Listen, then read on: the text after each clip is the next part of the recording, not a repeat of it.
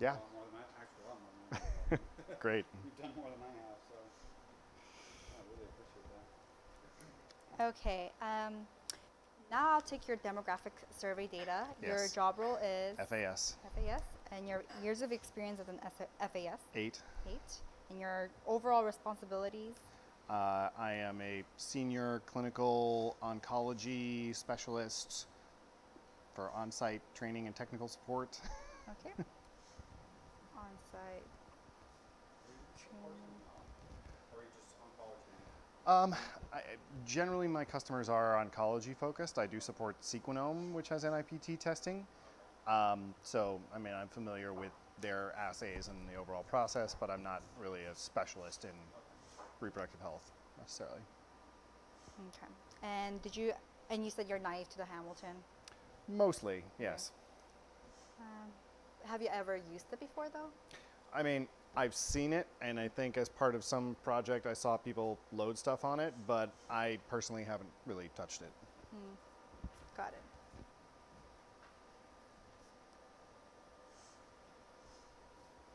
And are you colorblind? No. No. Got it. And Scott already read through this spiel here, so I'm going to skip that. And he's okay with us streaming and I agree with video and audio recording, and I will definitely think out loud. Okay. And we could make our way over here. So for the Denali, what do you call it, system, there's going to be two workflows. One is 2448 sample workflow. Another one is 96 sample workflow. For today, we're going to test you with the 96 sample workflow. Although the 2448 sample workflow has one deck setup for the entire assay, the 96 workflow will have 4 parts of the workflow, which are the plasma isolation, cfDNA extraction, library preparation, and qPCR/pulling. For this test, you will be interacting with components on this screen. It is not clickable. It's a PDF file, but just take a look at like the buttons and everything that's laid out for the test. This is the Hamilton deck, and these are the carriers that you will have to be putting onto the deck. And I will show you how to load a carrier. You put them in between these tracks, and you don't have to push them in all the way, just until you feel like a pressure. Yeah, so don't try to push it all the way in, or else it will be broken. And you'll also be putting these tips inside the tip carrier and just click it in. And obviously the plates go on the plate carrier. Okay. And we are all ready to go. Any questions? No. Alrighty. So if you can read aloud the instruction for scenario 1 and perform the task, please. You. Can I add something real quick? Oh, yes. Does he know that these are tip carriers? You know these are tip carriers and these are plate carriers? Yeah, that's what she just I'm pointed sorry, out. Yeah, oh gosh. No problem. And then about the one with only 3 positions. Oh, Yeah. There's something different about this one, different about this one. Imagine that this one was a little short thing Okay. and didn't have Okay. these 2 spots. So it's a 3 carrier rack, and it has a different design to hold a different plate, or just a more secure No, for let's see, shaking or something. Okay, we'll see. Yeah, we'll see how that goes. Sure. But yeah, Okay. just 3 on this one. A little short one. We'll call it the 3 carrier. Okay. all right. Oh, also, I forgot to mention that the intent of this test is to get your feedback on the screen, as well as the plate labeling. Not necessarily like anything about the deck and the little lines and stuff like that. Which we can't Yeah. control or Yeah, change anything about yeah. the Hamilton, but it's the software interface and the labeling of these plates, which are going to be Illumina provided consumables. Okay. Exactly. All right, and you're ready to go. All right, you are setting up the system for running the 96 sample workflow using the equipment and materials available to you. Please follow the instructions on the screen to complete the scenario. Okay. Place the items into instrument carriers and press load carriers.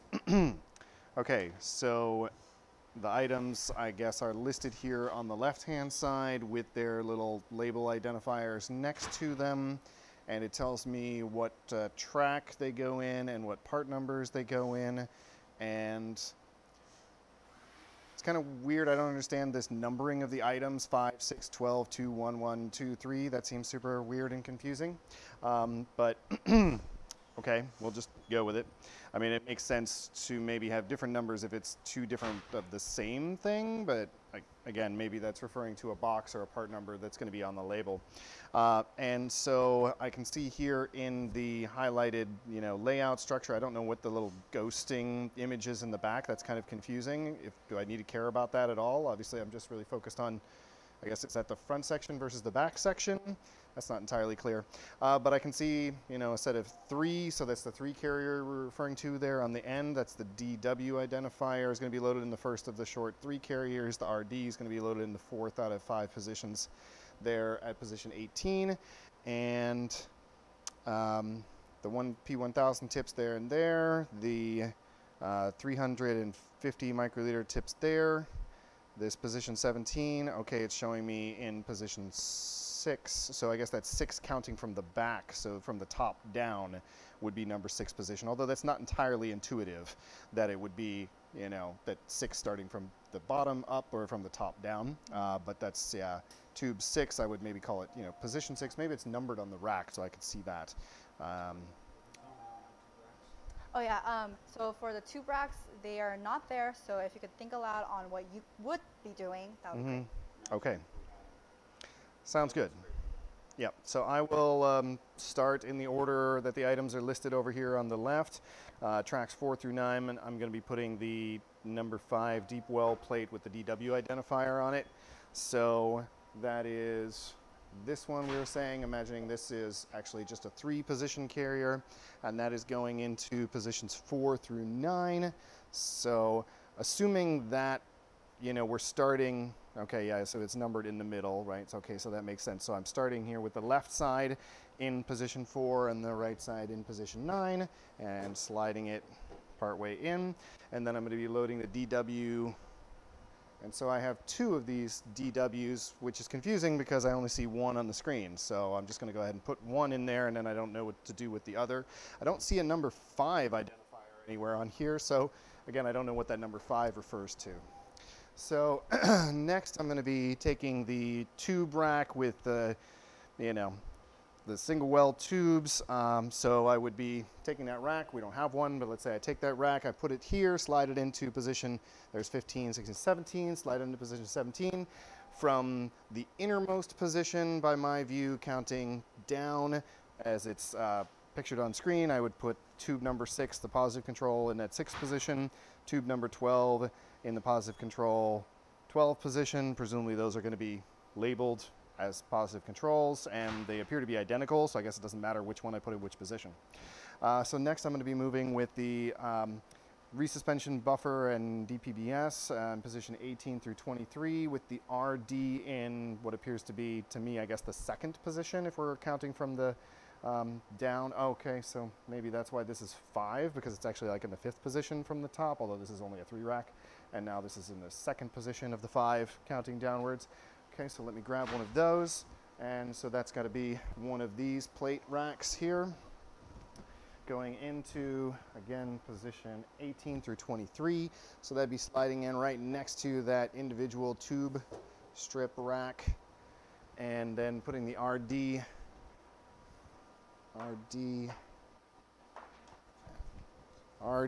deep well plate into the 2nd out of 5 position, counting down from the top. Then I'm going to grab another one of these 5 position plate racks here, and I'm going to slide it in immediately adjacent to it in positions 24 through 29. And oh, that doesn't stop. That's kind of weird. I guess I'm not actually in the groove for some reason. Huh. Okay.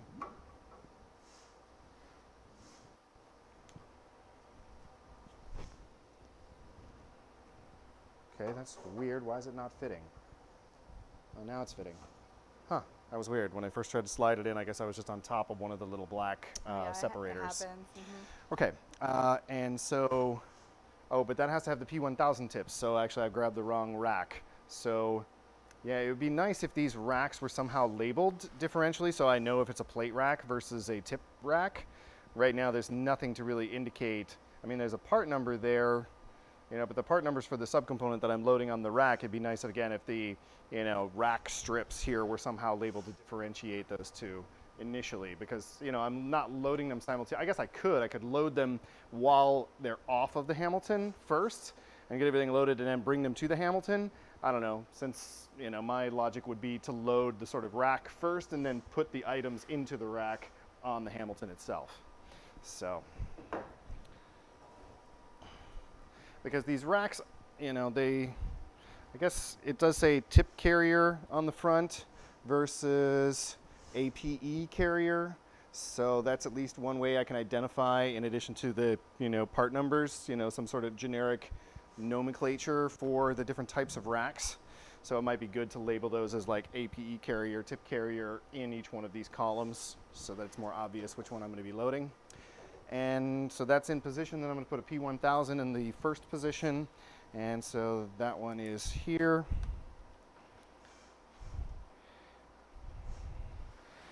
So grabbing one of these P1000s. Again, doesn't really seem to matter if I do this on the Hamilton or off the Hamilton. It's easy access. I just would do it on the instrument. So then next is another tip rack carrier. So tip carrier 480A00 going into positions 42 through 47. So there's 45, 42 through 47. And I'm going to be loading P1000 in the first position. And so that's, again, what the numerical identifier is now. It becomes obvious that that's the relative position in the rack, counting down position 1 through 5. Okay, so 1 is P1000. Then P350s we don't actually have, or They're mixed in here, so we don't have like a full set of all of them. okay. Just so you know, we have some thousands in here, some 300s and some 50s. So Oh, we do. I forgot to mention that. Ah, interesting. Oh, okay. So I can see the label on the end there. That's a 1000. This one is the 300. Yeah, no problem. They're color coded, so that's matching the yellow coding for the 300, the white color coding for the 1000s, and then the pink color coding for the 50s. Yeah, and I can see by the size and length, width of those. if you need more, just pretend like we have them. Yeah, Grab them, okay? sounds good. Okay, so there we go. White P1000s in position 1, yellow P300s in 2, pink P50s in position 3, and that appears to be it, and I'm ready to push the button to load the carriers. Awesome. Okay, cool. And Roscoe, do you think I should lower the store to represent how the realistic situation? This will be up when they're loading. Oh, when they're This will loading. only be down when they're running the robot. Oh, when it's unloaded, will it also be up too? It will unload, but then they have to open it themselves, but they can open it. Oh, okay. It's not locked. Yeah, so Oh. if this is in the up position, then it's fine, obviously, me putting the rack first and then loading the components into each rack. If it had to be in the down position, then obviously I wouldn't be able to do that. And I would have to load the, you know, components into the racks off instrument and then slide them in. Got it. Alrighty. But- So, Yeah, I think that makes much more sense to have it Yeah. open. Okay. okay, great job. Was there anything in the scenario that was confusing or difficult to perform? Yeah, I mean, the numerical identifiers in front of the item wasn't clear that that was the relative position in the rack. Just seemed like an item number rather than a position number. And again, there's no differentiating identifier on screen here that corresponded to the different rack types, the APE carrier versus tip carrier. So it'd be nice to have that spelled out. And I don't know what all that gray background is. I would just remove it because it's confusing. So all those little gray squares, I don't know why they're there. I guess they're just showing open positions relative to the overall rack. So, you know, other optional positions that could be loaded maybe for other parts of the workflow. I guess it's relatively obscured. If it's going to be used at other parts of the workflow, then maybe it's fine to have that sort of shown that those are unused component positions, but maybe could be used in the future. But it's kind of just a very jumbled appearance on the screen, you know. But I guess it makes sense. You know, it's showing these positions sort of stuck out relative to the, you know, active area of the deck, you know, and this is sort of in the loading positions. So, okay. I did forget to tell you that Yes. there are 4 sample tube racks that are in these positions from a prior screen that you don't have to see. But with that in context, do you think this Yeah, is those should be appropriate? highlighted or something. If there was something in that position from the previous step, then those should be outlined and labeled or colored in so that I would know that, oh, you know, what is that thing in that position? And I would expect to have it in that position. Then it would be even easier for me to load these. I don't have to like look for the numerical identifier. I can kind of load it relative to the positions that I see on the things that are already in place. But I think if there's something sitting on the deck that's going to remain on the deck between positions, then it should be labeled or highlighted or colored in that gray background, you know, deck layout.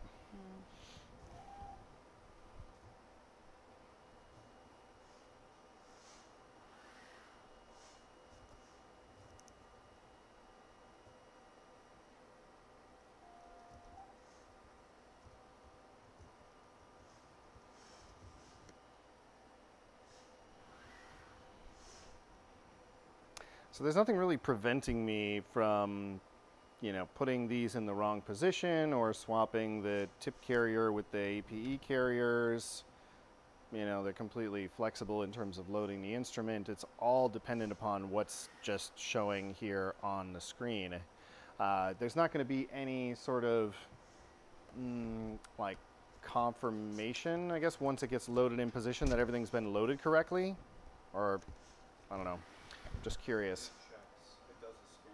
Yeah. It scans everything. Yeah. That Okay. would be that would be Okay. So it'll do a sort of pre-run check, scans to make sure everything's in the appropriate loading position, and then would prompt me to go back or reload or produce some error if it wasn't loaded properly. Okay. Great. I have a quick question for Yes. you. So, if Jessica, as she had mentioned, there would be some tube racks in the deck already previously loaded. If there hadn't ever been anything loaded in here, how do you think that would be represented in the future? I would prefer like just an outline square that's white in the middle, you know, and then gray maybe. Well, I think it should be colored and labeled if there's something actually in there. Maybe if there had been something in there that was removed, maybe it could be gray. Like this. At this point in the workflow, it would Right. literally be like this. I would prefer to see like empty squares, you know, just maybe like an outline with a, you know, black outline empty, not like a filled in gray, but I don't know. That's kind of a personal preference thing. Okay. I think this is okay too, but again, if something's actually sitting in there, I'd like to see it indicated on that deck layout. And the reason is because you want to see where that is relative to what you're loading in. That would definitely help in terms of the visual alignment of these racks, you know, relative to other things. You know, for me, first time loading the instrument, I'm not used to the numbers. And it's weird here, based on the reflection of the light, sometimes I can see the numbers on the slide rack really well, and other times I can't read it very well at all. Yep. Okay. And now I will be asking you to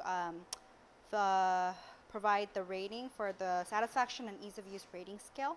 Satisfaction refers to your level of satisfaction with the current design for the task that you performed. 1 being completely unsatisfied and 7 being completely satisfied. How would you rate the satisfaction scale? 5. 5, okay. And is there any way we can improve it other than what you already mentioned? No, I've Okay. already mentioned it. Okay. And for the ease of use, it means how easy or difficult it is to accomplish the task. 1 being very difficult, 7 being very easy. How would you rate this? 6. 6. Okay. Okay, moving on to the survey questions. We have around 4 or 7. What are your overall thoughts about loading the carriers? So, I mean, you were describing this one as a 3-position deck. It's actually physically a 5. It's shown as 3 here. I don't know how that would be, you know, positioned if it was actually 3, because then it would be like hanging off like this or something. I don't know. Oh, the entire like length would be 5 position, but this would just be lowered. Yeah. Oh, it would be sort of cut off with Yeah. just the lower track on there, but no actual plate loading positions. Ah, okay. All right, well then that makes sense that it would fit into the groove and stop at that little, you know, stopping position. So, okay, that makes sense. Okay, so sorry, what was the question? Your thoughts about the loading of the carriers? Yeah, loading of the carriers seems pretty straightforward. I guess directionality might be a concern. Like, how do I know which side is the front and which side is the back? And so having some sort of, you know, label identifier and showing me in the graphic exactly where that label identifier is. So here on this end, when I look at it, I can see the words APE_carrier. Might be nice to show APE carrier down on this end. There doesn't seem to be any sort of other directionality to the rack, although there's a little bit more of a lip that sticks out on the back side here that might indicate, you know, to a brand new user. You know, somebody experienced would probably know that difference, but a brand new user might not know, oh, which way am I supposed to load this in? Because what if I went and tried to load it in like this? Can I load it in? Yes, I can. So, you know, what's preventing me? And then actually it doesn't even stop. Look at this. It goes, slides right on through. So that's weird. That might indicate to me, hey, maybe that's a problem. Shouldn't work that way. But there's nothing really preventing me from making that mistake at this point. So some sort of, you know, front to back, arrow directionality might be useful to improve that, make it a little more foolproof. Gotcha. And your thoughts on loading the consumables, plates and tips? Super easy, straightforward, not a problem. I mean, the plates don't really do anything. You just slot them in there. The tips, very simple and easy to, you know, lock those into position. Okay. I mean, some of the tips were kind of popping out, but you know, it's normal. There's plenty of space and freedom of movement to get them aligned in there properly. What are your thoughts on the size of these plate labels?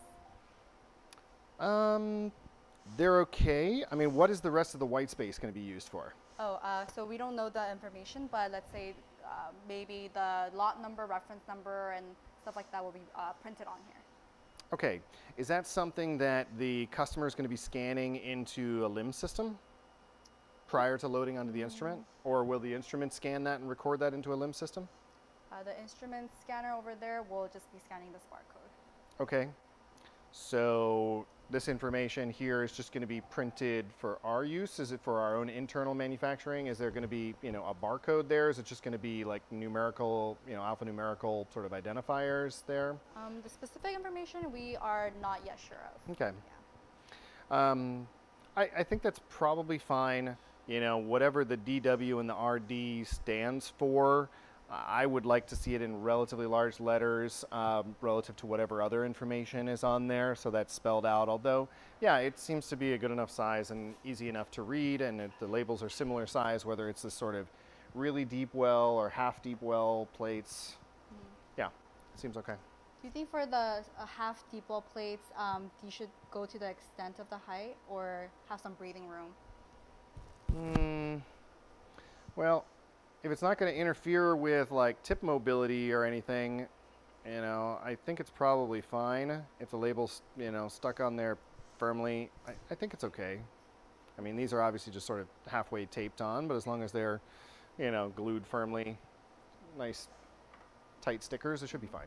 Okay, sounds good. And you said you would want the full name of the plate, deep well plate, to be written on here sizably. Was that what you were saying? Oh yeah, so is that like deep well, if that DW stands for deep well, I'd like to be able to read in sizable enough letters relative to the other components or, you know, whatever other lot number or identifier number. You know, again, maybe expiration date should be large, you know, storage condition usually should be large, but I like to always have the spelled out acronym names be pretty easily human readable. Okay. It's just that, you know, in some of our previous designs, we had these like skinny little barcodes on the tube, and then in really, really tiny letters, it would spell out right underneath that barcode, so small you could barely read it, what the actual acronym stood for. Okay, got it. And do you have any opinions about the abbreviations? So DW for deep well, RD, I don't know what it stands for. I mean, the tips are pretty self-evident. Can you tell me what RD stands for? Looking over here, does it make sense that it's RB for resuspension buffer plus 2 PBS? Okay, yeah, I mean, I guess that would be spelled out in the protocol. So, yeah. So, again, I might sort of separate this out the way you have it here being like position, a column for position, and then a column for item in the position. So that's more easily identifiable. That it's position number 5, you know, and then maybe even, well, I guess you've got the track there, and then the position in the track, and then the actual item in that position in that track. Okay. Alrighty. Because I would have been looking for this DW to have a 5 on it right now, the way that's sort of written. And obviously that's not what it means. Yeah, wrote that down earlier. Okay. Moving along. So some of these consumables will need to be thawed after being in the freezer and vortexed before being placed on the carrier. And some of them that are pre-filled, like the RD one, needs to be unsealed. Their foil needs to be unsealed when it's already on the deck. And obviously that instruction is nowhere on the screen, but where would you prefer to see that information? On the screen, on a user guide, or both? Both. Both, okay. Because when I'm standing in front of the Hamilton like this, I might not have, you know, bench space freely available or easily access the user guide. I mean, so having it repeated on screen in terms of the handling instructions, if it can be small and concise enough, you know. And again, I don't know if there was, yeah, I mean, I guess it's pretty well laid out, but like right here next to the item where you have, again, it would be like track, position, item, identifier, if there could be a short descriptor there of, you know, vortex, remove seal, something like that, so that I know what needs to be done after I put it in that position, if it has to be done on the rack. Got it.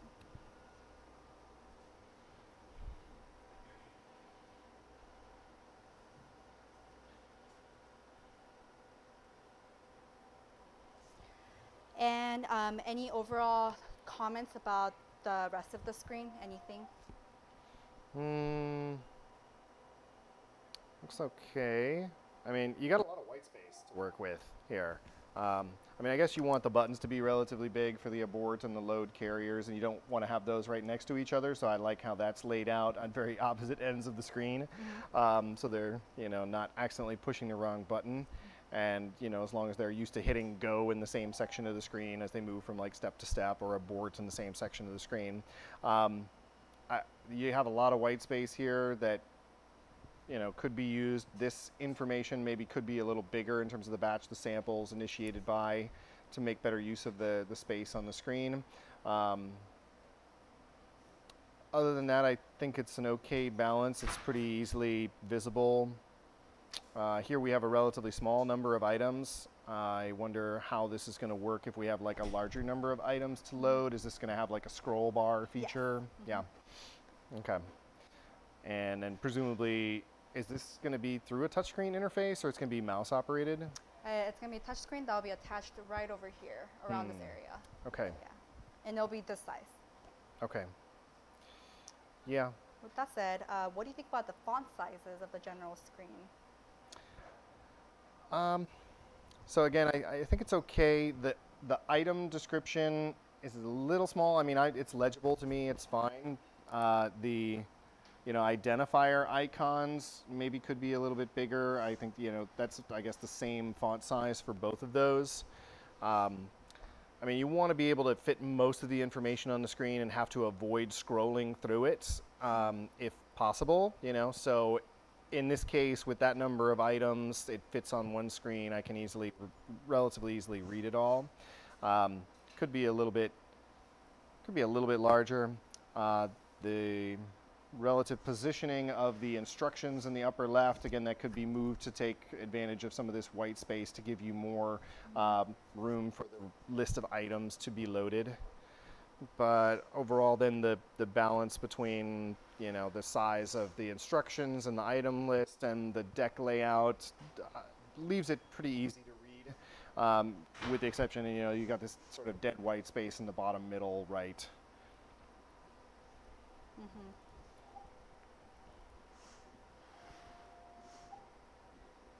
All right.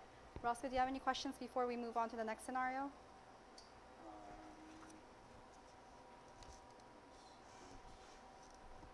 You may have already captured this, Jessica, but Mm-hmm. as far as, just to confirm, you said that you would like to have the actual name of the consumable on there? Yes. So whatever DW stands for, I would like to have it printed in larger text than almost anything else on that label. You can copy that. You probably haven't wrote that down, right? Yeah, actually. I mean, not as large as the DW, but larger than anything else. Oh, okay.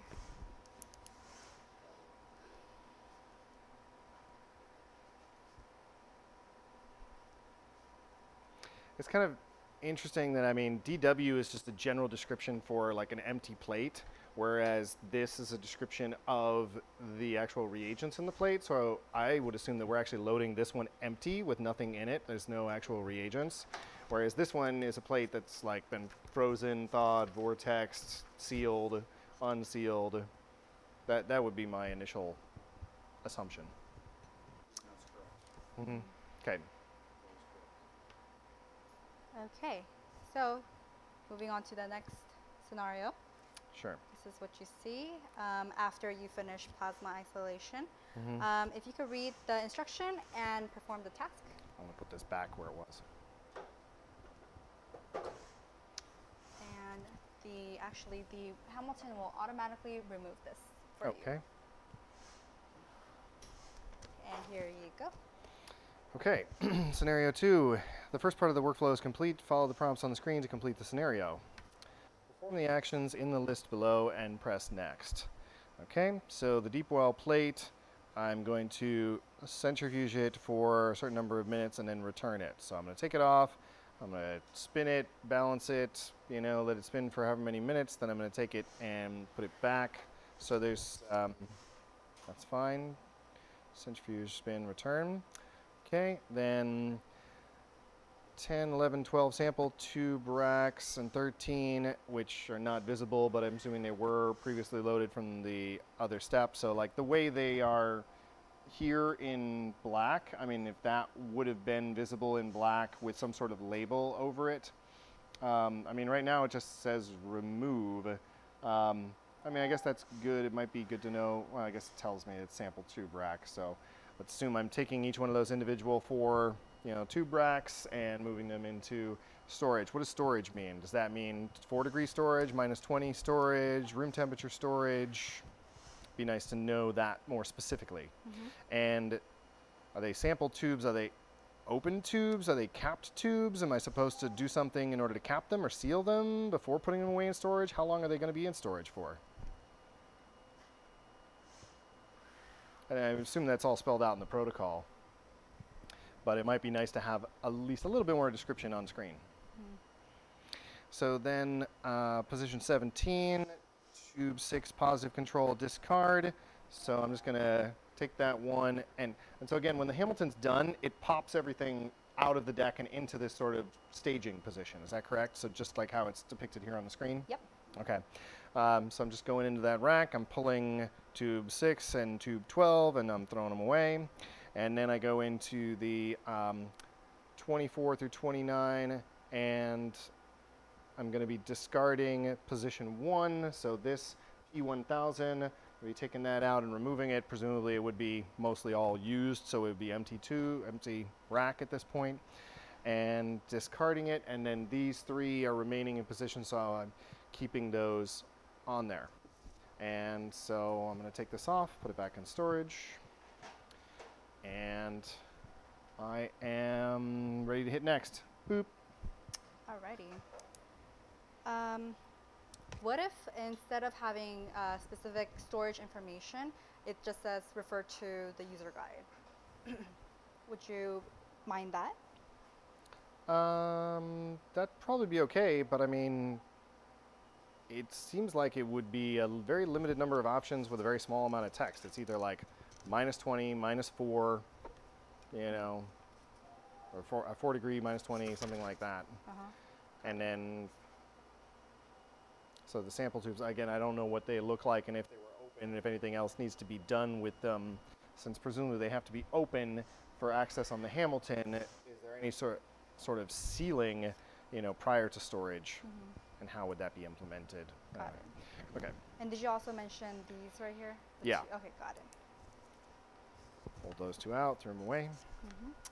Cool. So, And so this is a time-sensitive setup. Batch will abort in 16 minutes. So from the start of when I see this screen where it says perform these actions, I'm going to see that counting down. Is that right? Yes. It's going to make me a little nervous, although that was extremely rapid, and I could probably complete it in like 2 minutes max. Okay. Especially once I know what I'm doing. Well, I mean, it depends on where this storage is and how far away it is from the Hamilton, I guess. And am I able to carry those 1 at a time, 4 at a time? Are they a linked rack in the same way that these are? That would certainly make it a lot easier if they were somehow linked to one another. I don't know how they're configured. Yeah. Yes. Yeah. So then, I mean, that's going to be a little tedious. It would be super nice if I could somehow like link them together with an adapter and like grab them all at once and pull them off. Or maybe I'd roll up a cart and just like pull them off onto a cart and take that cart over. And I mean, one final point is you're removing this to storage, you're removing these to discard. Do we want to differentiate that in terms of the text here? That this is removed to store and this is, you know, it's removed from the deck, but then it's actually discarded. So, I mean, I guess it's differentiated here under the action, but it's different text, and I don't know if we could align those texts better.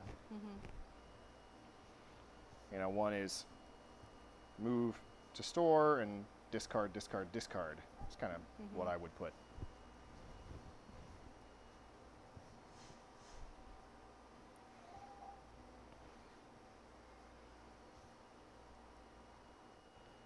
I guess it takes it depends on how long that centrifugation step is of my 16-minute countdown. Yeah? Okay, so then the first thing I would do is I would pull that off, start the centrifuge, come back, put all the other stuff in storage, throw those out so that by the time the centrifugation is done with the, you know, speed up, slow down, it'll probably be pushing at least 12, 13 minutes. So that's cutting it a little tight. Customers are going to be a little nervous about that time sensitivity countdown clock. So I hope that's really necessary. Yeah, we're not sure if it's 20 minutes or 30 minutes total time oil Sure. to complete all that. Yeah. We're not sure. Okay. We've heard 20, we've heard 30. Yeah, my question is, So it'll be total, like, let's say it's 30, right? It's going to start counting down. yeah, As soon as it stops from 30 down to... what are the negative consequences if they go over? What are the failure phenotypes that are going to be observable? What is the impact on the data analysis? If they fail to get it on in 16 minutes, does the software auto abort and prevent them from moving on further? Yeah, they can't do anything. That batch is completely... Whoa, They're going to have to start all over. Let me get you a new one. I got extras here. The agents will be history and start over. Interesting. And that's by design. Interesting. I'd really like to know what chemistry is going on. You'll understand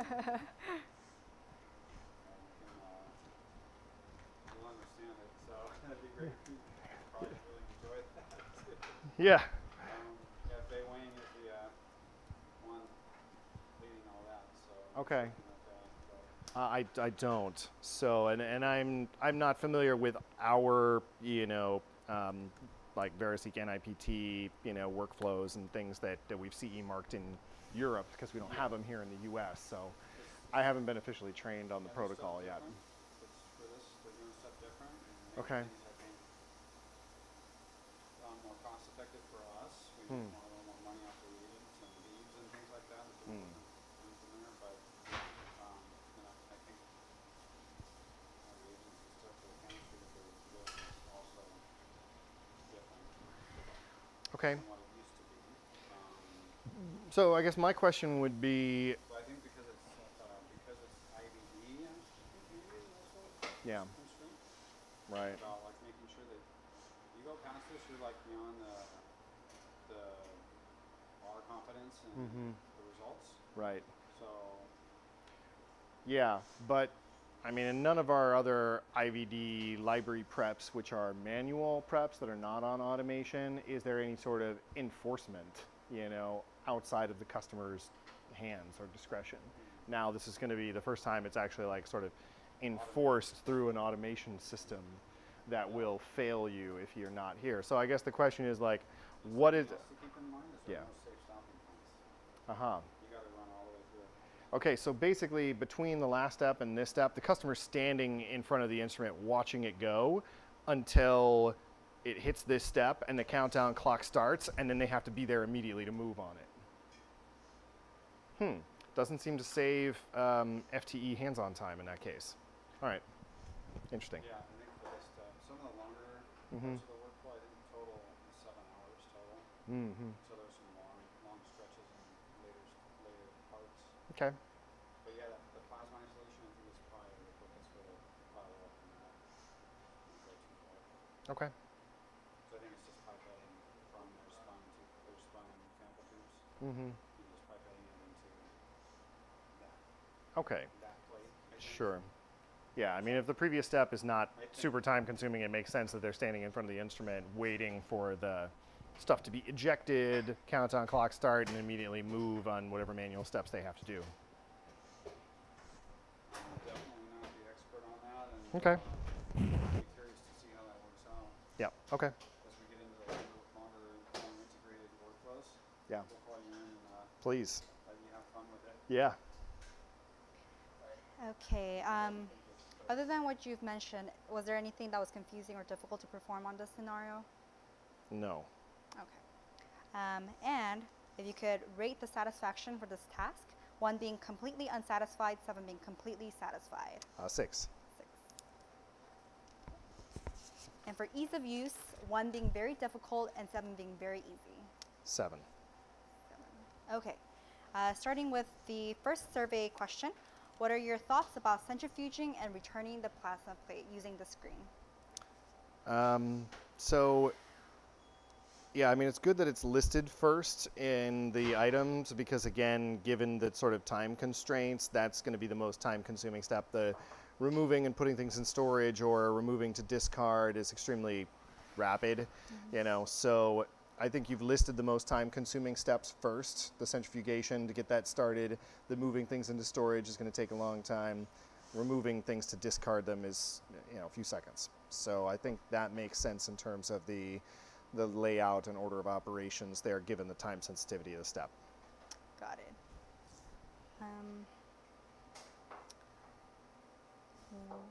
Do you have any other thoughts on this timer and how we can better clarify anything if it's confusing?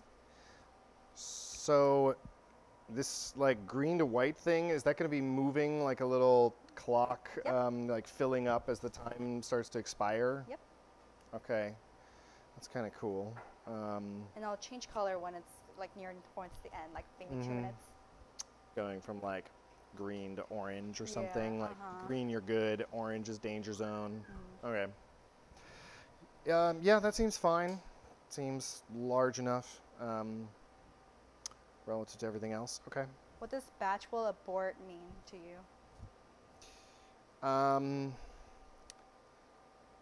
Yeah, I mean, I guess the batch of samples that are being processed in this particular run, I mean, I might call it a run or sample prep will abort rather than batch will abort. Because, I mean, essentially, it kills this step of the process, but that effectively makes everything you've done before useless, and you have to go back and start over at the very beginning, right? I mean, we're just talking about, is there the ability to just back up and redo this one step with fresh reagents? No, probably not, right? So that's the entire run, the entire library prep, of samples sampled in this batch. So, I mean, it's the batch of samples, but it's the entire prep protocol will have to be aborted.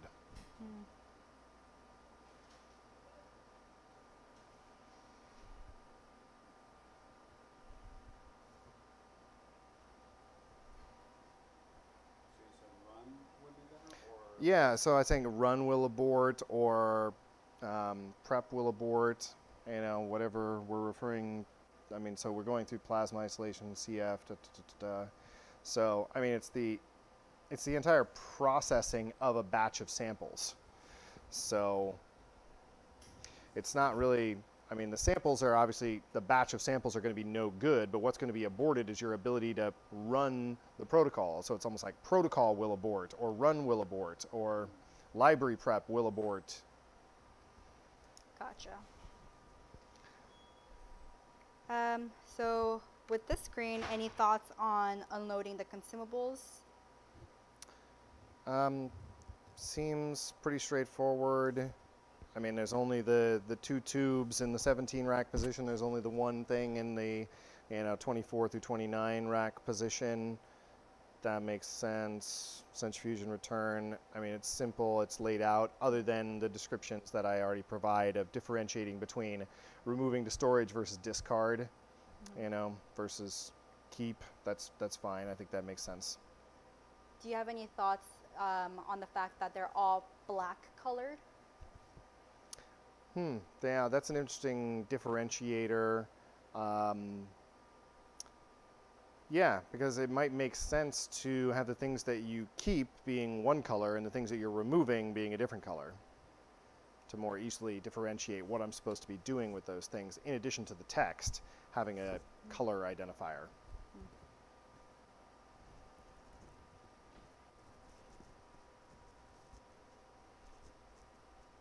Like I might do, green for things that you keep, because green you continue with it, and red or something like that to remove. Like you stop using those now. Mm-hmm.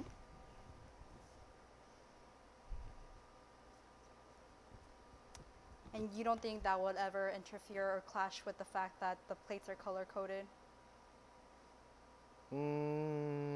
Could be. Could be. So yeah, maybe not that sort of coloration, but maybe a different gray versus black, or outlined versus filled in, something like that. Got it. Differentiator.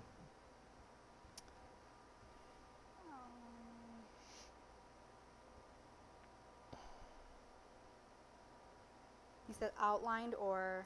Yeah, like an outline, a box that has an outline around it versus a color-filled box. Oh, okay. Sort of like a white with a black outline versus filled with color. If you just wanted to keep it in a sort of gray-black tone, black-white tone.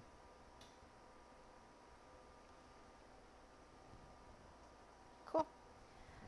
And anything you would change on the screen other than what you've mentioned already? No, I mean, you could increase the size of the word next, but I guess given that it's the same text size as abort setup and it's the exact same box size, you can't really change that. But otherwise, yeah, I think it's fine. Okay. And looking at the progress bar, which step are you on? I'm in the plasma isolation first step with the 15-minute centrifugation step at the end. Okay.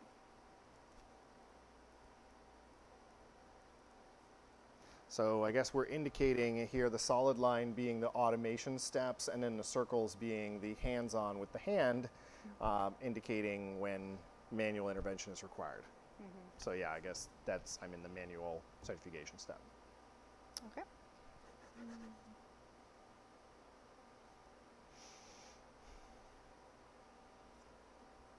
Got it. Oscar, any questions before we move on? Yeah, do you think that it's necessary to remind users to seal that plate before centrifuging it? Yes.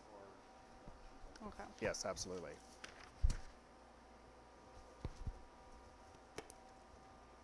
Would you just see it like on this line over Yes. here? Okay. Seal, comma, centrifuge for 10 minutes and return. Got it. And remove seal. Honestly, we have to tell customers to do exactly, particularly for a clinical protocol, it should be spelled out. And those are relatively short words to just add seal and return and unseal, or remove seal.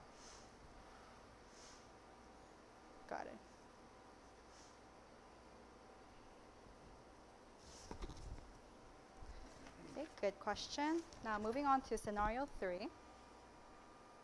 So this third screen is coming right after you click next from here. Okay. And the carriers are still out like this. Okay. All right. So if you can read scenario 3 and perform the task. Instructions, you'll now be setting up for the second part of the 96 sample workflow using the equipment and materials available to you. Please follow instructions on the screen to complete the scenario. Okay, place items into instrument carriers and plus load. So starting with position 5, deep well plate DW, it's already there. I don't have to do anything with it. It's just what? Telling me that it's there, but it's actually not labeled the same. Oh, it's telling me to put it over there. No, because no, it's 5 and 4 through 9. So that's there, but it just says keep instead of DW, and I have a different DW over here. That's a little weird. So, I mean, we were keeping it from the previous step, but why don't we just have DW there? I don't know, then that might be confusing. I mean, why list it here if I don't have to do anything with it? If it's already there, like, I'm looking at this as a list of instructions items. Like, this, it's already there, I'm just keeping it. I don't have to do anything with it. Don't even, like, point it out on this list, in my view.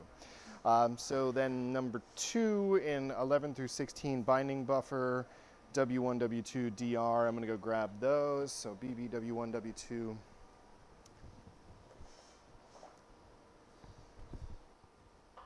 BB, W1, W2, DR. Okay, so putting the BB in position 2 of the rack 11 through 19. Oh, wait. Oh, that's a new rack. Ah, okay, so there's nothing here that like, oh, there it says new carrier. Ah, interesting. See, I would actually put that at the list right up here, like get rid of this deep well position 5, 4 through 9, because I don't actually do anything, it's already there, and I would put, you know, load carriers 11 through 16, 30 through 35, 36 through 41 as the first line item there. So let me do that.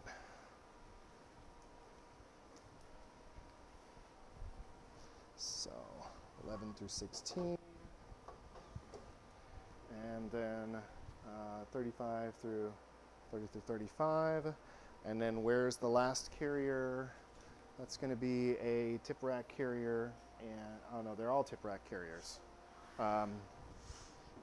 So You just imagine. imagining, okay, that I've done that, right? All right, so I got 2 more of these. So this one is still there, the 24 through 29, and now I'm just loading 2 more tip rack carriers in here, okay, in the 30 and 36 positions, okay, and so now I'm actually ready to start loading the rest of the things on the list. So the BB into position 2, the W1 into position 3, W2 in position 4, DR in position 5, then 17, I'm going to be loading tubes in positions 1 and 2, the extraction bead tubes which are identical. Then going to 18 to 23, I'm going to be loading DW, RB, W2, DR.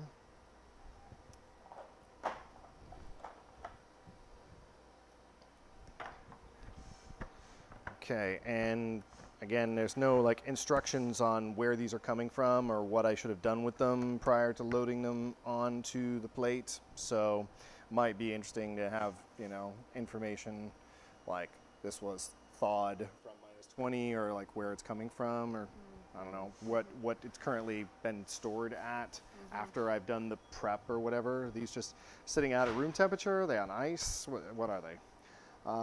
Okay. So then I'm going to load the DW into position 2. Going to load the RB. You know, now that I'm looking at this, I got these big stacks. Could we print the label on the top of the rack? I mean, I guess, I don't know. When I've got them like sitting all over here on a cart, which I think with so many racks, people are going to have a cart here. It might be difficult to see what's on the side. I don't know if there's any way to indicate on the top of the plate what they are too. So that's just what I'm noticing right now. Okay, so then W2 in position 4 and the DR in position 5. And then I'm loading P1000 tips, boom, boom, boom, boom, here through the 24 through 29 rack, through the 30 through 35 rack, through the 36 through 41, I'm loading 300s in the first two positions, and I am done, ready to hit load carrier. Boop. Alrighty. Okay, great job. Anything that was confusing or difficult to perform? Just the loading of the new carrier positions. I would like to have that spelled out as a action item here. And again, if I don't need to do anything with it, it's already labeled as keep. I don't know if you have down at the bottom of this, you know, P1000s and the 42 through 47 positions listed in this line item, but again, I don't think there's a need, if I'm not doing anything or changing anything, just having it showing keep on the icons is fine, whereas this is more an action item list in my view. Okay, got it. Jessica, did we cover the number 17 to, sorry. Yep, yep. Yeah. Just wanna make sure. Okay, caught that earlier. Alrighty, so if you could rate the satisfaction, 1 being completely unsatisfied, 7 being completely satisfied. 5. 5. Alright, so just changing whatever you mentioned earlier to improve the score. Okay, Yeah. got it. And ease of use, 1 being very difficult and 7 being very easy. I'm going to give it a 5 just because there's a lot of items that I have to load and pay attention to the labels and what goes in what positions. And so, especially because I'm going to be in a time constrained step right here. Again, I'm going to want to have all this stuff like laid out on a rack, like on a cart actually right here in front of the Hamilton before I even begin this step. So I think an experienced user, like while I was on the previous step doing the centrifugation, if I had a little bit of extra time waiting for the centrifuge, I would have taken all this stuff and like set it up, you know, on a cart in the exact order in which it's going to be loaded, you know, so then I can just go boop, boop, boop, boop, boom, move really more quickly and not have to, you know, be searching through stacks of plates, you know, in the way we have them laid out here. So it's just a lot of handling of individual plates and keeping track of what's going on in what position. So it's not necessarily the easiest because of that. And it's a lot more stuff to load than we've loaded in any of the other steps with all the P1000 tips and 300 tips as well. Got it. So if you were on the screen and you were doing all of like the actions, would you want like a preview of like the next screen, or is that just not really necessary?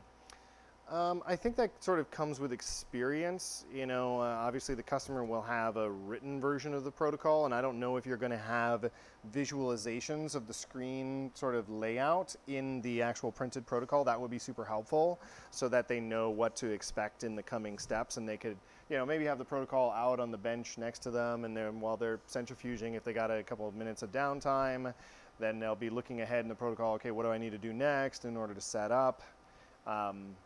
Because, you know, in our protocols, we often talk about having like prepare these reagents for the subsequent steps. And sometimes it's like even 2 or 3 steps ahead, but you need to have gotten them out, thawed them, put them on ice, something like that. So that could have all been done before I even started the earlier centrifugation step. And I would have had all that stuff laid out before I even got into that first time sensitive centrifugation step. And then it's kind of important. I mean, what are these things? Are they just all room temp? Do they have to be on ice, chilled? How do they need to be stored while I'm sort of staging them, waiting for that next step to actually put them on? Because it's so time sensitive, they're going to want to have everything like set up and staged before they get to those time sensitive steps. Got it. Cool.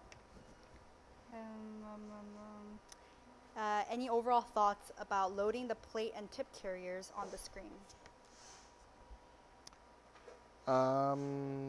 No, again, seems straightforward. I would still encourage differentiating somehow the labeling of the APE, whatever that means, plate carrier versus the tip carrier. Although, you know, we have the racks are labeled with their acronyms and with the number identifiers, and so I'm sure once you gone through it a couple times, it's obvious and you know where things are loaded. But for a first-time user, I think it would be good to have the rack type differentiated as you're putting in the new racks, you know, for the first time in that step. Maybe for first-time users, have plate, plate, plate, tip, tip, tip, tip, tip, written underneath the track numbers. Yeah, even something as simple as that would be fine. Okay. But that's not how these are labeled. So if I'm Got it. pulling those off a rack, I mean, again, with experience, I'll know this is plate, this is tips, right? This doesn't say plate on it. This says tip carrier on it. Yeah. So Got just it. to correspond with what's actually written on the device. Got it.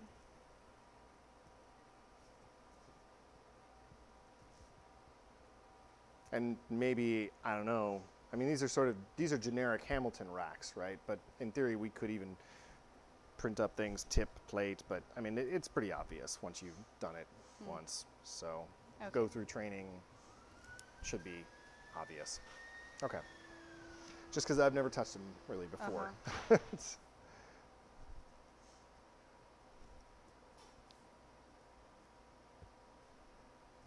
And any overall thoughts about loading the consumables, plates, and tips?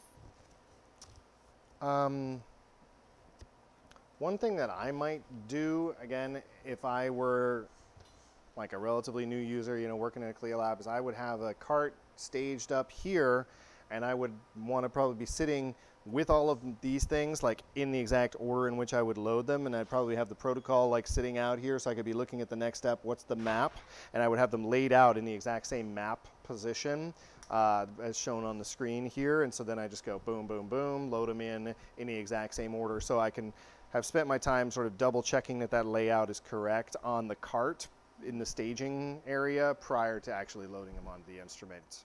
Make sure I'm not loading them in the wrong position.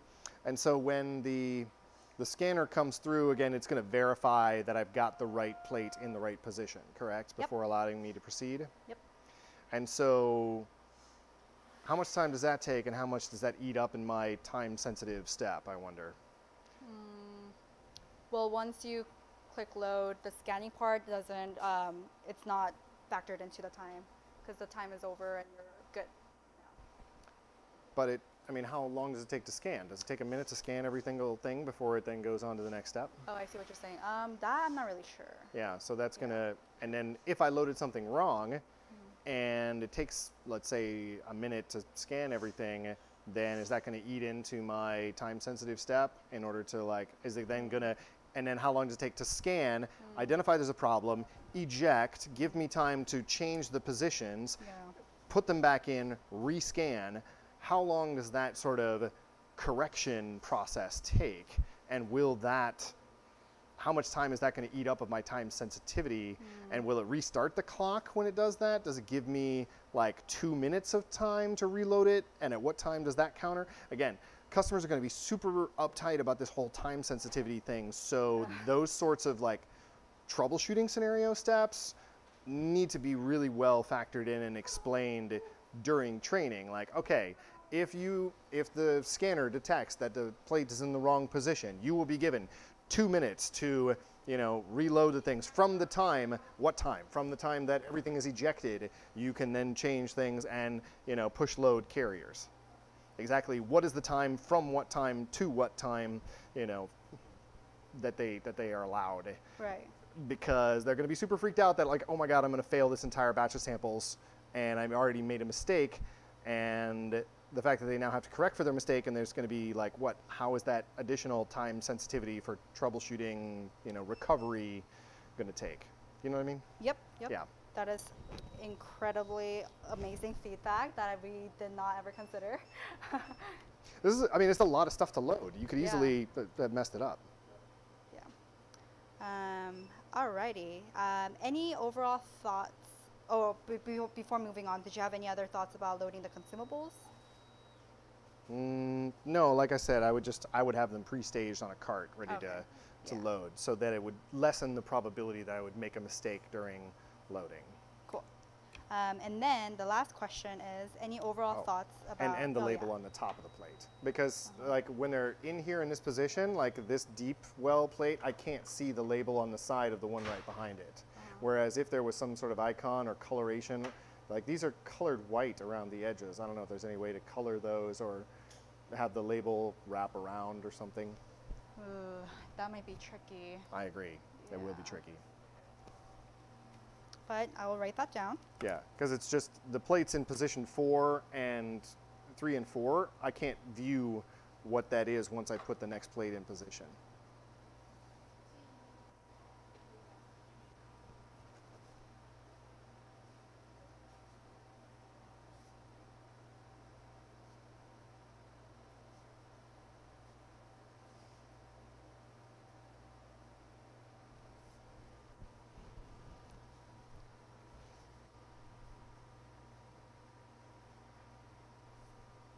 Okay.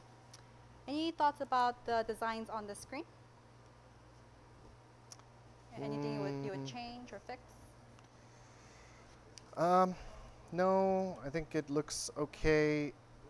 So I'm curious about these part numbers that you have listed under the track. Is that the part number of the track or is that the part number of the item? What is your best guess? Well, I mean, the way it's laid out here under the track, I would say that's the part number of the track. So this is a P406842. That's not the same part number that I'm seeing there. That would seem to be the part number more logically of the item, but here you have one part number for a whole bunch of things that are in that track. So again, I don't know. That's why I'm asking. It's not obvious to me. I mean, why the hell would we have part numbers for a rack and the part numbers are different for racks that are apparently the same?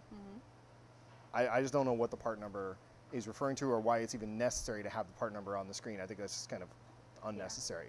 Okay, I will let you know. Yeah. So we put the part number up here on the sides Oh. of each plate carrier. Hmm. And yeah, some carriers are different from like this one, so we had to have differentiating part numbers. But do you have any thoughts on having it on that side? So it's for the entire rack, not for the position in the rack, correct? Yeah, for the entire thing. So I would want to know what that part number is out here on the end that's permanently visible, whether or not I have a rack sitting on, or plate sitting on top of that rack, so that it's always permanently visible if we're going to call it out here. And again, if we're going to somehow differentiate between like this one that's in this position versus this one that's in this position, although no, they have the exact same numbers, so they're interchangeable. But here they actually have different part numbers. So here the 11 through 16 and the 18 through 23 have different part numbers. But here you have them with the same part number. Oh, 18. Did I grab the Okay, wrong one? so this one was supposed to be, I grabbed the wrong one? It's supposed to be the same. no, the part number, it's a test artifact, so you don't have to worry about that. Yeah. Same as the one up above. Yep, Yeah. Yep. They are the same. Yep. Yeah, but I would definitely have them labeled on the end that's facing outward, not underneath the plates, because that can totally be obscured by whatever plate happens to be sitting in that position at any given step in the protocol. Yeah, down here would be fine too, because that's open and visible at all times.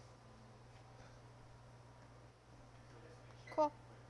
But even more than a part number, I would like to have a much more simple identifier like plate, tip, 3-position plate, 5-position plate. Part numbers are long and confusing and hard for me to read because the text is so small. Yeah. Can we just have some shorter, simpler identifier to differentiate between the rack types? It's good that you brought that up because we did play around with the idea, but we decided to just go with the part number since that's what's very familiar and what do you call it? The norm in a lot of labs that use Hamiltons, and they want to like interchange different carriers on different Hamiltons. So that's the Hamilton part number. Yeah, yeah. Okay. Yeah, so they might another system they can use that carrier on.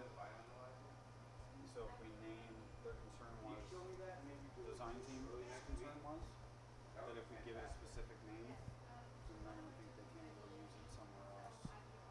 They want to give them that flexibility for some reason.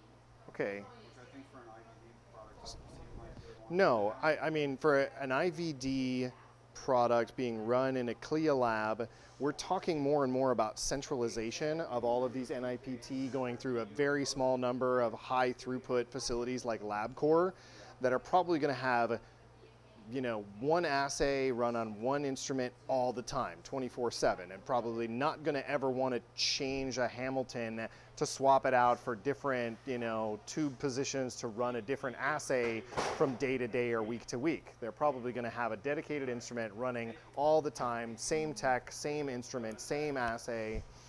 I really, really doubt that there's going to be many clinical labs running NIPT that are going to regularly change the operation or assay type on a given instrumentation.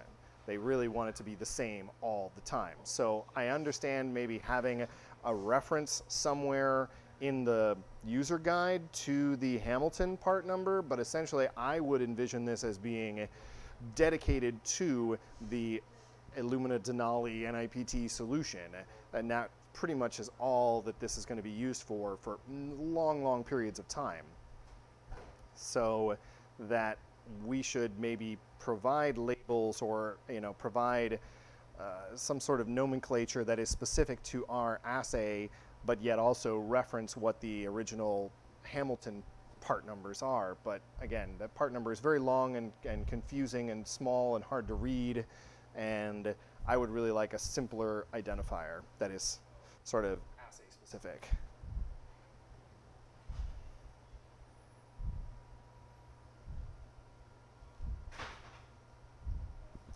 Gotcha. Exactly what my line of thinking was. I mean, based on what the sales and marketing is telling us, it's becoming like, I mean, we're talking about democratizing this, but democratizing is still going to be through really high throughput centers. You know, like one hospital system of Kaiser Permanente will probably have one site that's running all their NIPTs for all their hospitals, or Providence will have like one site that's running NIPT for all their hospitals. Now, they might also be running, I don't know, cancer tests or other tests, but I don't know, like the throughput needs to make it cost effective. Seems like you would probably have a dedicated, you know, Hamilton for that running regularly with very little changeover. I don't know, just the economics don't make sense. They probably wouldn't just have one Hamilton, they'd probably have multiple Hamiltons to be able to process. This is just doing 96 samples on the whole deck, right? So like Sequenome can easily run 96 samples on a HiSeq, and if we're talking about putting this on NovaSeqs to feed it one NovaSeq run, you're probably going to have multiple Hamiltons running, you know. That's going to be NextSeq DX, that's right. That's, yeah, but forward-looking, NovaSeq DX, much higher throughput, but right now the planned number of samples on a NextSeq DX is 96. Yeah, so if it's 300, then we're talking about 4 Hamiltons running simultaneously to feed one NextSeq run. Oh, I don't know. Because if this process is taking me 7 hours, it makes two pools. okay, This will put out 2 pools, so that it will do 2 reagent cartridges. It uses 2 reagent runs. cartridges on the NextSeq DX for each 96 sample batch. Okay, so one So you need 2 7 sample sequencers. library prep Yeah, you need 2 sequencers would for a then, full 96 batch on them I see, to run. okay. Okay, but yeah, I mean the high throughput users, I mean on Sequenome again being my example, I mean they're running hundreds of samples every day, you know, so this feeding 2 NextSeq DXs, again, I just see it being a dedicated instrument for this one assay. Now, I wonder what the run time is on the NextSeq. It's probably a 24-hour run, so you're probably like doing the prep on here, setting up the run on the NextSeqs overnight, and then the next day you're doing it all over again, over and over and over, dedicated constantly to this one assay. So, again, Gotcha. my point being, I just don't think they're going to be changing up the configuration to run different assays regularly, and we don't really care what the Hamilton part numbers are on this screen for this assay for these users. Gotcha. Okay, so That's a very good point. sorry to drive No, I really Harp need on it. to understand that, yeah, because I didn't really have that perspective yet, so that's good to know. Yeah. Alrighty. Well, and I don't know exactly what the whole marketing schema is for the the use case and the customer types, but just based on what I've seen and heard in the NIPT space, there's just a lot of consolidation. It's really high throughput facilities. So. Gotcha. Okay. Good to know. Awesome. Well, that concludes our test. Thank you Okay. so much. Yes, oh yeah, please. sorry. I know that we had after the first scenario, we had a question about putting information like volume information and texting and those types of things. Yes. We got kind of mixed feedback on it. But we are also wondering is if right when we get to the point where it's like, okay, once I'm done here and I hit this button now, everything's going to start going. Oh my God. And it's going to start running. Right. Should there be a message that says, we're thinking of either doing some more detailed stuff in the screens, or maybe just consolidating into one, just before they hit that one to say, check that your foil seals are removed, check that, make sure you've thawed and vortex and all that stuff, and do it in one, rather than filling up the screens here with that information. Okay. And also, So like. I don't know if Jessica mentioned that. She may have already mentioned it, but maybe I'm repeating the No, same no, I question. haven't heard this. Yeah. But then also, like, I noticed that one of these was like this, and also saying double check plates are seated, well seated on. Sure. So you're imagining like one screen would be load, and then you hit load, and then there would be another screen that comes up that says they actually have to like check to verify I did this, I did this, I did this, I did this, or it would just be a list of please confirm these things are all aligned and yeah, okay, so push to accept that you confirm. So I honestly, I don't like having multiple click-throughs, like on the HiSeq. You hit start and then it says like, are you really sure you want to hit start? And you hit start again. You know, that is kind of useless because I mean, everything's like loaded into the instrument. Maybe, yeah, I mean, I see the utility of a pop-up reminder, but again, if I loaded things incorrectly or I did things incorrectly, what are the negative consequences? So presumably, once I hit load here, I would like it to actually start moving.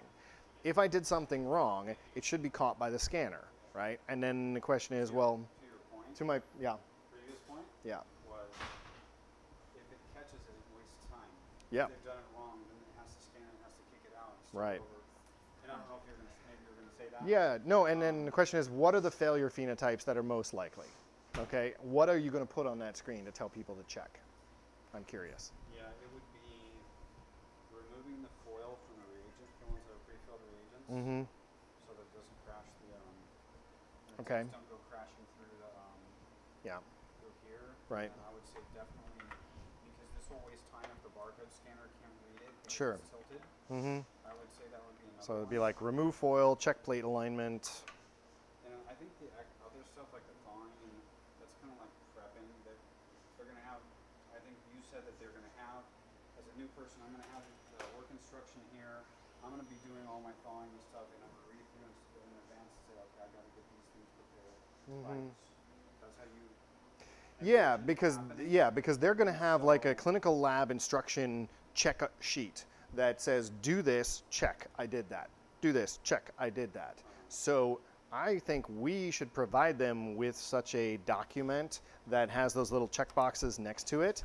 And so you could put that on screen, but if this screen isn't really tied into a LIMS or based on whatever like clinical lab instruction SOP checklist that we provide them or they make a version of from our instructions, we could have a checkbox for that on the written protocol, checklist as we're describing to, yes, did I confirm I removed this? And do you want to have that on each item as it gets loaded? Well, we're time sensitive. We don't want to waste a lot of time, right? So we want to, maybe have one check item. And then, yeah. Yes, yeah, so as far as I think it would be the most important. That would waste time. Yeah. Right, to prevent waste of time. Agreed. Or crashing the robot. Agreed. Right? Yeah. So That's going to be the anything seals. like this, It's going to be the plate alignment. and removing the seals, and then everything else is kind of like reagent prep. I've thought it, I've mixed it, I've spun it down. Right. That type of thing. Right. Probably off of this. Yeah, and that's going to be in the sort of like prep before I get to this step. Yeah, it's before you probably even get to the robot. Yeah. All that stuff's going to be done. Right. So I know when I get to that robot, I better be ready Exactly. with everything. Yes. And so I'm going to have this instruction that I'm going to get all my reagents ready. Right. And then I'm going to go to the robot, and I better have everything ready. Yeah, and then again, And when you get to the robot, I'm looking at this as an action item list, and we could have that, you know, printed out as well. You know, that they might check off as they're going through it. But for each one of these items, it's like, you know, remove seal, because that has to be done as I'm putting it on here. I don't want to remove the seal on the bench. Would I have the seals already removed on the bench, or do I need to do it here on the Hamilton? yeah, we heard that from some users that have worked with pre-filled reagents, cartridges, or plates, that they put them up here and then they remove it. Okay, Because they don't want to be carrying it, potentially Sure. spilling it. that makes sense. They can load them here. Mm-hmm. They still wouldn't take the seal off because they would not want to spill it. Wow, okay, So they would, and then they would do the peeling over here. okay. Makes sense. And so they are getting onto the deck Yeah, without having the foil seal removed yet. right. I can't think of any other concerns about, like, that would cause the Hamilton to have problems other than misscanning a barcode or the seals not being removed. Yeah, so And this one, you know, we do want them to add it and remove it before they put back the seal that they're going to put on that one. Plasma plate. yeah, I mean, I would like to see those individual items where it needs to be sealed or unsealed listed here next to the identifiers, Yeah. so that as I'm loading DW, I'm looking over at the screen, maybe I'm looking down at my protocol. I think the extra pop-up confirmation click-through is tedious and annoying. Okay. So even just one step, very long. Even just one step. That's a lot of fun. That's just my personal preference. No, that's good. That's good feedback. Because, I mean, if I'm ready to load, in theory, if I'm a good CLS, you know, clinical lab scientist, I would have already double-checked anything, and now I want to go, and I don't want to, oh, you're second-guessing me? Did I actually do that? I mean, maybe it's a good reminder, but it's also just kind of extra tedious click-throughs I don't like. But is there... That would only be, it wouldn't be like... But let's say if I hit load carriers, is there an eject carriers option? I mean, I have an abort setup. No, it's going, no you don't. It's going to start scanning. It'll pull them in and start scanning. You would, Sure. If it fails, But let's say, if it fails, then you get your chance. okay, Only if it fails though. but if I hit load carriers and I look down, I'm like, oh, the seal's not there. Can I just eject it immediately? What would I do? Would I reach into the instrument That's a good point. I don't think we thought of while that it's use case- scanning That use case, yeah. and try and do it while it's scanning before it actually scans it? People are gonna do that. People are going to do that when it's time sensitive like this and they're super under like time Yes. pressure. Oh yeah, absolutely. I agree 100%. So, I mean, I would like to have a unload button, you know, to just interrupt whatever it's doing and pop everything back out again, if possible. I don't know if that's possible. I feel like engineers are gonna say it's not. Because abort is just killing everything, the entire run and the whole protocol, right? Yep, yep. There's no sort of load unload functionality. I think they were talking about putting in, this is what Amatok was saying the other day, Yeah. when we talked to him, that because the Hamilton measures, somehow it measures the volume in the plates for the reagents before it actually somehow like above the plate. I don't think it dips in, from what I understand. to the Right. part Before, and that's a part of the whole sequence too, at the very beginning. So this So is it does some pre-filled, sort this of is pre-filled, reflection. these are pre-filled. Yeah, it does some sort of a check, and they're talking about using that foil seal, like a protection of that foil seal, Mm-hmm. right? So that would be a way to catch that failure, Mm-hmm. right? But we need to make a note to make sure that that's actually what's going to happen. But to your and to your point about Yeah, we definitely have to have a way that we don't kill the tips on the Hamilton. Actually, Jessica, this is something that my mayor had said. Yeah. Was once we get an integrated system, let's see what happens. But that was exactly. No, I mean, the tip breakage is the most common on any sort of liquid handler device, and it's one of the most like frequent repair problems. Failure mode of you saying that, this is exactly what I said to him. I said, yeah, I'm not going to wait for that thing. If I know this very last position over here, the last Yeah, I'm going to reach in and do it. is messed up, I want to be able to I mean, stop this it. door is manual, right? This door is not automated. I can just open and close this thing whenever I want to. And is there any sensor on that that's going to interrupt the processing? It will. It will, but I don't know what will happen.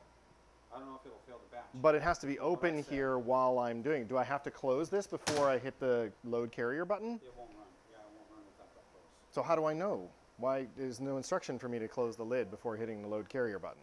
That needs to be added in. Is it going to be, yeah, I mean, is it going to, if I hit load carrier and this thing's open, is it going to pop up a warning saying, you know, hood is open, please close the hood? Yeah, we'll have to.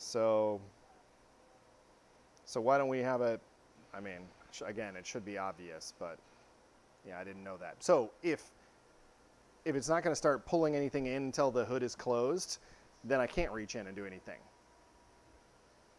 Right? So then I have to wait for it to scan absolutely everything, pop everything back out again before I can correct that problem, which eats up valuable time, which maybe I won't be able to even see it because it's relatively obscure, and with the light reflection here, I might not even know that there's a problem, and I might have to depend upon the automated scanner. Well, if you did this, Mm-hmm. if you did that, let's say this is all loaded. Yeah. You do this, right? And then you go, oh shoot. I guess if you catch it before the thing pulls this one in, you go, oh shoot, I put a 50 tip on, or 1,000 on this 50. Right. You might have time to grab it real quick and put it back. Right. It in, right. Right. But if you see it coming close here, it's like, I don't want to take that off because it's gonna.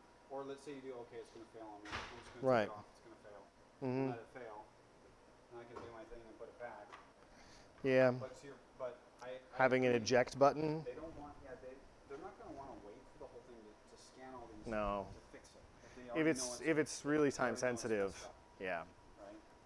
And so. So, I mean, that's where, to your point about having a reminder, as annoying as that might be, to have a double click through with like a pop-up, please confirm that you've done that, but everybody ignores that, in my view. Over time, the seasoned people will. Yes. The new people, I think they'll actually read it. Yeah, I Right? agree. It's kind of, we're balancing the naive users with the very experienced users. Sure. The question is that, it is going to be. And that's where, if you had the under each line item what you're supposed to do with it. So I'm looking over and I see, oh yeah, I mean, obviously I should know I need to remove the seals. And then maybe if you had a little, you know, warning above the load carrier button, like in red, you know, ensure, you know, seals are removed and plates are aligned. I think that, I think that as far as, that's good question. I mean, yeah, if you had it like in red right above here, like note, ensure seals are removed and plates are aligned, you know, those I think are the two major failure modes. I think that if that the failure to remove the seal will not be detected by the robot and it would cause a catastrophic failure, it's worth the extra button click. Oh yeah, if in we my opinion. kill the tips, that's days of Or you kill all downtime. because once that happens, all the reagents on the deck are now null and void. You have to take, even though they haven't used it yet, they can't. Yeah, but a bigger problem is you break the Hamilton, you call a Hamilton rep to come out and fix it and swap your tip, you know, head. Sure, but a couple grand That's worth of reagents is going to tip people off too. If they do it. Yeah, but days of downtime is going to kill your entire operation, not just one kit. Yeah, I'm not sure that the robot will get harmed by that. I don't know. It doesn't sound like it will. No, okay, on some other systems it definitely will. But catastrophic in the sense of finishing the batch. Right. I'm thinking more about damage to the instrument. Yeah. No, as far as I know, I don't Okay. think that the thickness of the foil is enough to cause damage to the lock. But that's just speculation.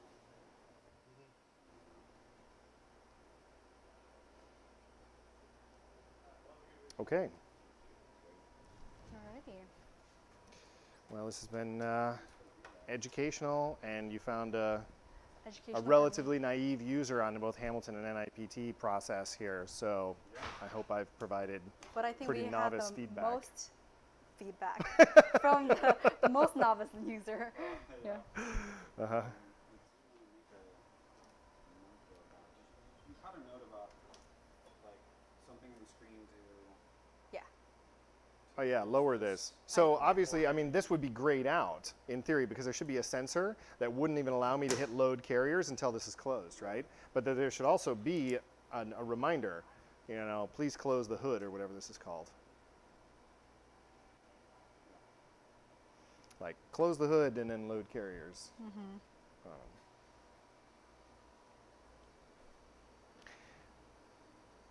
I don't know if it's possible. I mean, I don't like having to scroll on the screen here necessarily. I mean, I guess you don't because it's all here. So this is just sort of extra. I mean, an experienced user would just be going off of what's depicted here in the icons and would know what's in what position, should be self-evident. So they're probably not actually going to be touching to scroll through the screen here to see what's on there. But if we could extend that to fit it all on one screen, or even make like 2 rows next to one another for multiple items, that might be helpful to just get it all on one screen without having to scroll through. Okay.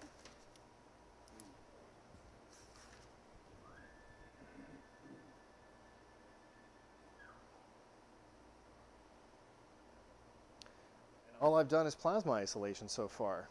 So you need me back for like 5 other steps here. Yeah, we did plasma, and you just got prepped for CFDNA extraction. Okay, That's how far we got. cool. Is this because this is the only tough part of the protocol? Or this No, is all it's we've designed so Yeah, far? we're just testing these kind of design conventions that we want to just confirm and then I see. go forward with the whole thing once we get those design ideas Okay, solidified. yeah. Yeah. Yeah, once we get them, they're going to have a full system, a DVT system set up here in August. Great. They have them up in Foster City already. Mm-hmm. So yeah, once we start testing like the full workflow, all that.